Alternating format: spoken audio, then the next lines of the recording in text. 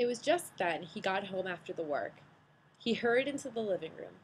He was so in a rush that he could barely notice he did not take off his jacket and his scarf.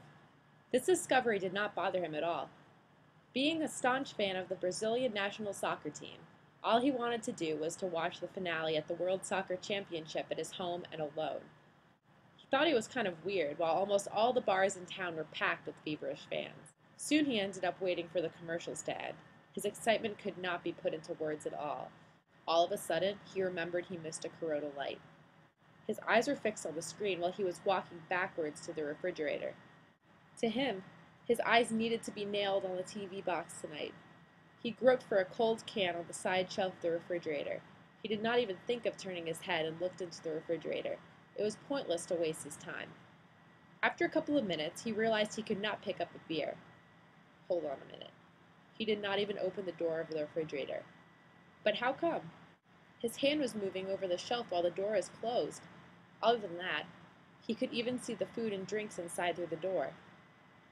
His eye looked shocked in terror. What was going on in here? Now he did not care about the TV box anymore. He ran to the couch and sat down. It was scary, but he did not sense his comfort of the couch. He yelled after he consumed all his calm. What the is this? What's going on in here? I can't touch anything. He saw the sweat drops oozing down his forehead. Damn it, I don't even feel the sweat! He was moving quick around the living room. He was in deep fright and he did not know what to think about. A voice revealed his alarmed state. Eduardo! He turned abruptly around to see the owner of the voice. His terror culminized. It was a man's voice, and nobody used to call him Eduardo since he moved from Brazil. Who the is that? How do you know my name? Voice. Calm down, Eduardo. Sit down. Eduardo replied, walking backward against the wall. Show me your face, man. Eduardo went through the wall to his bedroom. His anger turned into bursting in tears. Who are you? What do you want from me? The guy speaking in harsh tone preferred to stay in the dark back of the room. He continued, Some people call me Michael or Maria. Some call Maud. And also some call Azrael. You can pick one. Eduardo repeated, Show me your face. Michael, believe me, pal, you really wouldn't want to see it. Eduardo, what do you want from me? Michael, I'm here to pick you up. Eduardo, what? What the f*** are you talking about? Michael, look, it's time to go, man. Eduardo, where? What the Eduardo could not see Michael's face, but he could figure out he was way tall in a black suit. His body was really huge. His size was really unusual for a regular man. Everything about him looked unusual. His voice could be heard in every spot of the large room. Eduardo asked, Do you have any idea what happened to me? Michael, Yes, you are dead. Eduardo, What? Michael, Now, I got a question for you. Have you ever heard about the Death Angel by any chance? Eduardo sagged down onto the couch. He started to see the whole picture. He looked speechless. He did not want to believe all this was real. He did not even get how he died. It was like a joke. Eduardo asked, How did this happen? Michael, It was a plane crash. You were going to visit your son.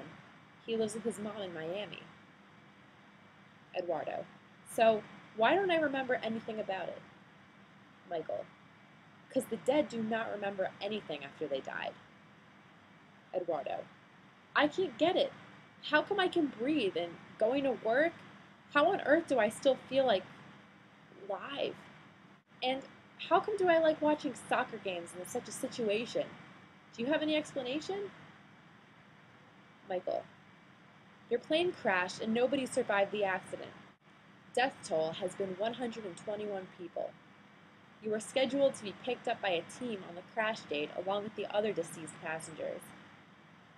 Eduardo, I used to think the Death Angel worked on his own. Michael, Are you kidding? How am I supposed to show up simultaneously at thousands of places? Do you have any idea how many people die every day? We are informed about our targets one day before he or she passes away. One team member visits his target's house to check if everything's okay. The following day, the mission is accomplished. We were on the crash scene and a large team on the accident day. We started to pick up packages. Sorry, that's what we call our targets. You were a target to one of our team members. At a last instant development, our God decided to give you another chance. Eduardo, why? Michael, good question. I looked at your file. You are not an unusual. Honestly, you led a miserable life. In my opinion, you were supposed to be already disposed. During the crash time, your son wished to see you. He prayed to live with you. Actually, he wished to see you and your ex-wife united again. That 6-year-old boy was so innocent that God wanted to respond to his prayers. However, the thing is, you are a mean fellow. I know you dumped your ex and left her with your son. Since she could not find a job for a long time, she decided to leave for Miami where her parents live. You never asked her how she was doing with your son. Once in a while you called your son. That was it. Eduardo, I already told her not to give birth to my son. I also said I was so much into my freedom. Once my son was born, I thought I should give it a try, and we got married. But I could not carry on. Michael, you did not respond to her calls. She needed a job, but you turned back. Anyway, keeping in mind you are a poor-hearted and miserable character, God did not want to give you a chance for nothing. He wanted to make sure you will pay for the stupidities you made earlier. Eduardo, what do you mean pay for the stupidities? And how? To be continued.